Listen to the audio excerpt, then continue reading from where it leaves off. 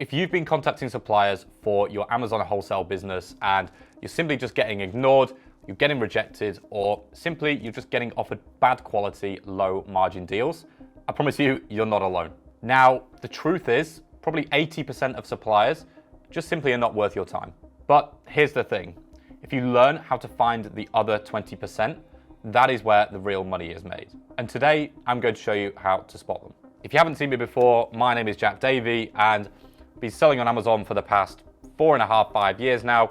I've done millions and millions of pounds worth of sales on Amazon. I've dealt with hundreds of suppliers, hundreds of brands directly. I've got a full team of staff. I've got a warehouse based in the UK. And I like to think that I know a thing or two about contacting suppliers, what to look out for, and green and red flags. So let's start with the 80%. The 80% of the suppliers that are not worth your time, and how to actually spot them and what are the red flags going to be. So the first key indicator that you are sourcing off a bad quality supplier or a low quality supplier is if you're finding them through Google. If you're simply just trying to find a wholesaler or a distributor or quote unquote supplier through Google, first of all, it's like trying to find a needle in a haystack, actually trying to find a profitable product. But second of all of the wholesalers and the distributors that are ranking up through Google, everybody else is going to be able to see these as well. And everybody else is going to be doing exactly the same strategy.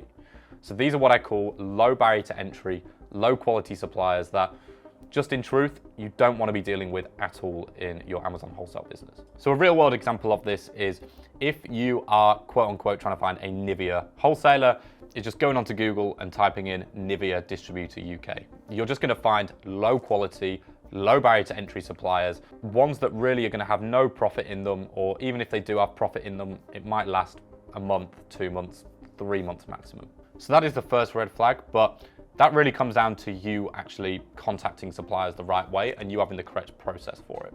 In terms of actually opening an account with a supplier and what are the red flags that are going to come apparent throughout that process are, first of all, they give you no friction when opening the account. So you go to X supplier and you say, hey, my name is Jack. I'm looking to open a trade account with yourselves. Can you help me? And they go through the process and they say, hey, Jack, no problem at all. Here's my price list. Here's my product list. Here's an account form. Let me know what you think. That is an immediate red flag to me, because the first thing I think is, well, if this account was that easy for me to obtain, how easy is it going to be for the next person to get, and the next person, and the next person? Okay, this typically indicates a low barrier to entry supplier, which just means that it's easy for anybody really to obtain. There is no friction, there is no rejection, there is no objections to overcome. You can simply just go to them, request an account, and get a trade account. And what this leads to is saturation, probably low margins, high volatility, and a high amount of competition. Now, the second red flag is they only sell huge, big, well-known brands, okay? If you are doing your sourcing process correctly and in the right way anyway, you won't really be getting these type of accounts or distributors open. But if you are searching for your suppliers through LinkedIn, searching for your suppliers through Google, and having no real intention behind the suppliers and the brands that you're dealing with, you are likely to open accounts like this. And if you open an account with a distributor or a wholesaler, and their whole price list is filled with Nivea, Lynx, Dove, Fairy Liquid, all these different kind of brands, straight away to me, that indicates that it's going to be super hard to make money. And even if you can make money, I would steer well clear away. Because although you might be able to make profit on day one, think of how many wholesalers are going to be stocking Fairy Liquid, for example. There's going to be thousands of suppliers across the UK who sell Fairy Liquid. So even if you're able to obtain it at a slightly better price than your competition, because the product is so easily accessible amongst the market, it's going to become saturated. So, you might be able to sell this for 1 month, 2 months, but I promise you now, selling products like this that are so easily accessible are going to get saturated. Now, the third thing is accounts that have no requirements for you to get the account open. So this kind of links back to point number one, which there is no friction to opening the account. But what I mean specifically by this is even if a sole trader contacts them, a fresh limited company who isn't VAT registered, a supplier without a commercial address, if they don't throw any of these objections at you, it's an indication really that the barrier to entry to this account is super low, because ultimately I could just go and register as a sole trader tomorrow and open up an account with that supplier, right? Which obviously indicates a low barrier to entry. Now, the next thing, which is something to take into consideration, is when you open an account with, typically this is with a wholesaler or a distributor, and they have super, super low minimum order quantities.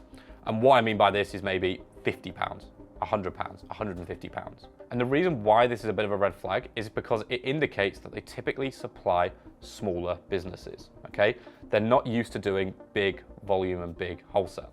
They might be supplying to independent brick and mortar retail stores who typically buy 2 cases of this, 3 cases of that, 10 cases of that. And what this indicates is to be able to sell such a low volume and actually do it profitably, their profit margins must be super high, okay? What this indicates is that it's going to be super hard for you to actually make money, because you have to be buying at a significantly cheaper price than all of these brick and mortar stores across the UK. Now, the next red flag, which again might seem super obvious, but is that off the bat, you have super low profit margins, okay? And this is specific really to talking about wholesalers and distributors. But if you're looking at their products, you've really tried negotiating hard, you tried doing X, Y, Z, and you're still falling at a low profit margin, this indicates really that it's not going to be a long-term sustainable account for you. Unless it's maybe a super high barrier to entry trade account where it's been really hard to get open and you've pushed as hard as you can for pricing and you're only able to make X margin. But if the listing is super consistent, then it's okay. But here I'm specifically talking about wholesalers and distributors that are maybe medium to low barrier to entry that have low profit margins. It's just simply a recipe for disaster. And really, you're going to just find yourself in a bit of a rut, in a bit of a hole in 1, 2, 3 months when the listings inevitably get a bit volatile, more competition comes on, and your margin starts dropping. So if you spend your time and energy just traipsing through wholesale lists, price lists from suppliers that have a lot of the red flags that I've mentioned above, I promise you, first of all, it's like trying to find a needle in a haystack. And second of all is when you do find that needle, it's not going to be that good. And it's simply just a waste of time. Whereas what you should be doing is actually switching up your sourcing strategy, doing sourcing in a more efficient, more sustainable, more profitable way. This is going to give you significant leverage when it comes to scaling your Amazon business. So now moving on to the 20% of suppliers that are actually worth your while. The suppliers that if you put time, effort, and energy into, you can really make serious money from these accounts. So here are some of the things that I look for. First things first is I look for ideally brand direct relationships.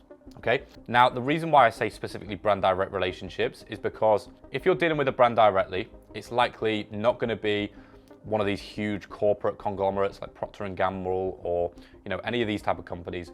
It's more likely going to be a more niche specific, smaller to medium sized enterprise of a business that you're going to be at the top of the supply chain for. So you're not having to go through potentially 1, maybe even 2, maybe even 3 middlemen to actually get the product.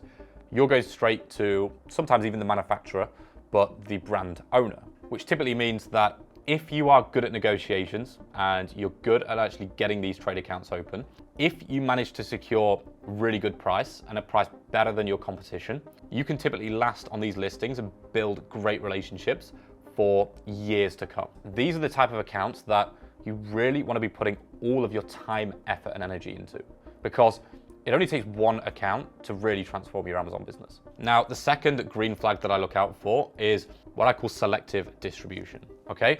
This is basically where you go to a supplier and it is hard to get the account open.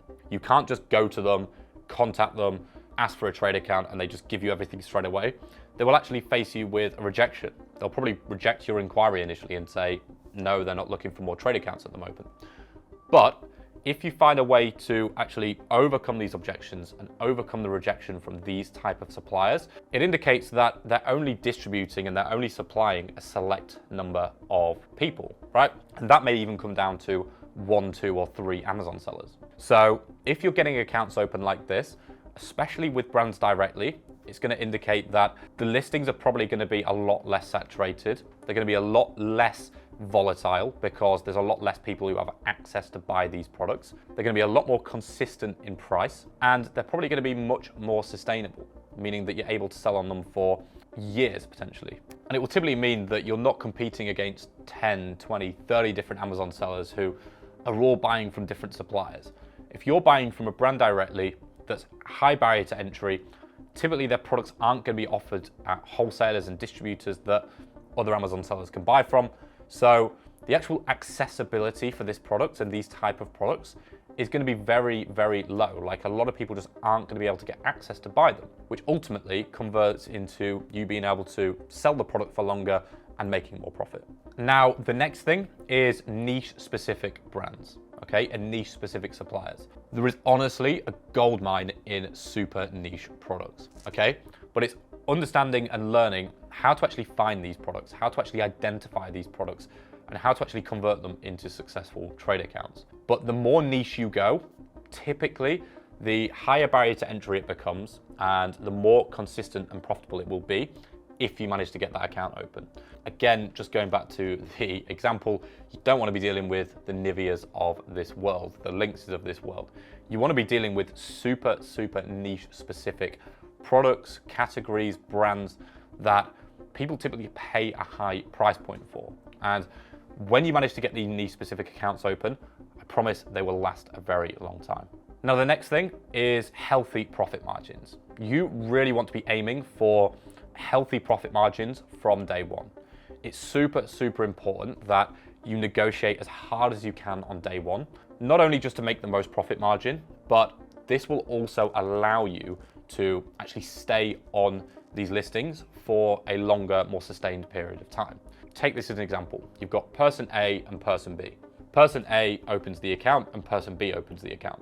They both get sent exactly the same price list. Person A doesn't really know how to negotiate. They feel a bit timid about it. They don't really want to approach the negotiations. They don't really know how to do it. They may just say, for 1,000 pieces of this product, can you do XYZ price, or can you do a discount?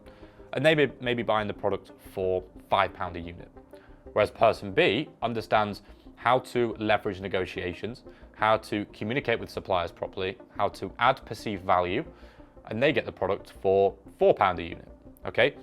Both sellers may be selling it at £15 and they both may be making a substantial profit margin. So person A may be making 20% profit margin, but person B might be making 27%, okay? Which both profit margins are acceptable and, you know, it's fine from day one. But if, for example, that listing comes down to £13 in sale price, £12, £11, person A is really going to struggle to maintain selling that product for a long period of time, because his margins are going to come down and down and down and down. And it's going to get to the point where they're probably making less than 10%. And they've really got to think at that point, is this actually viable for me to continue selling? Whereas because person B has negotiated the good price and negotiated a much better price from day one, they're probably able to withstand more volatility. So it's not just about the profitability, but it's also about the viability long-term of keeping that account. So a green flag is healthy profit margins from day one, but this is really directly correlated to how well you're able to negotiate. So you might be thinking, Jack, how do I actually find these type of suppliers? Well, if you want to work with me directly and you want to learn how to find high quality, good suppliers, go to the description of this video where you can book in a call with myself and a member of my team, and we can have an informal conversation about what it is you're looking to achieve, whether or not we can help you or not, and whether or not it's something of interest for you to actually work with us directly. So go to the description, book in a call, and we'll chat soon. So in terms of how you actually go about finding these suppliers, it all starts with the product on Amazon. Okay, now, as I've mentioned before in a ton of my other videos and probably earlier on in this video, you don't want to be searching through Google, searching through LinkedIn for suppliers, okay?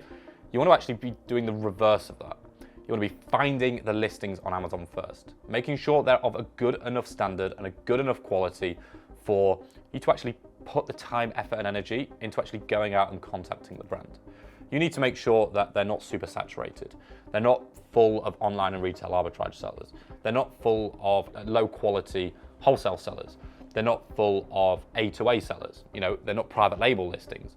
You need to make sure that the pricing is consistent, it's not super volatile, the sales are good, and that you're making a good enough portion of the sales due to the competition.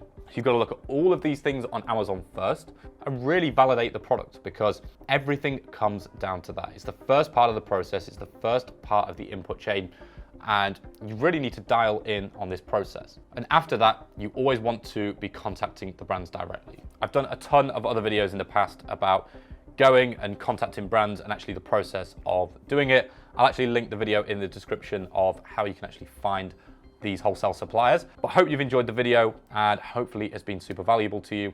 That is it for now. See you in the next one.